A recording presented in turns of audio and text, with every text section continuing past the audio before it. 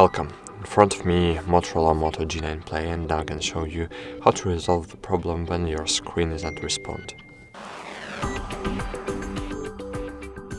Firstly, you need to press and hold power button until your device will be disabled.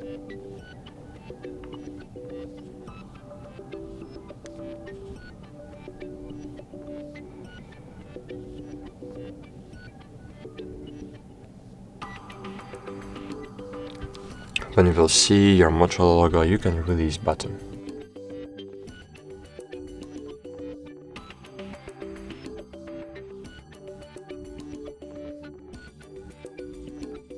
That's it. Thanks for watching. Like this video, subscribe to our channel, and bye. See you.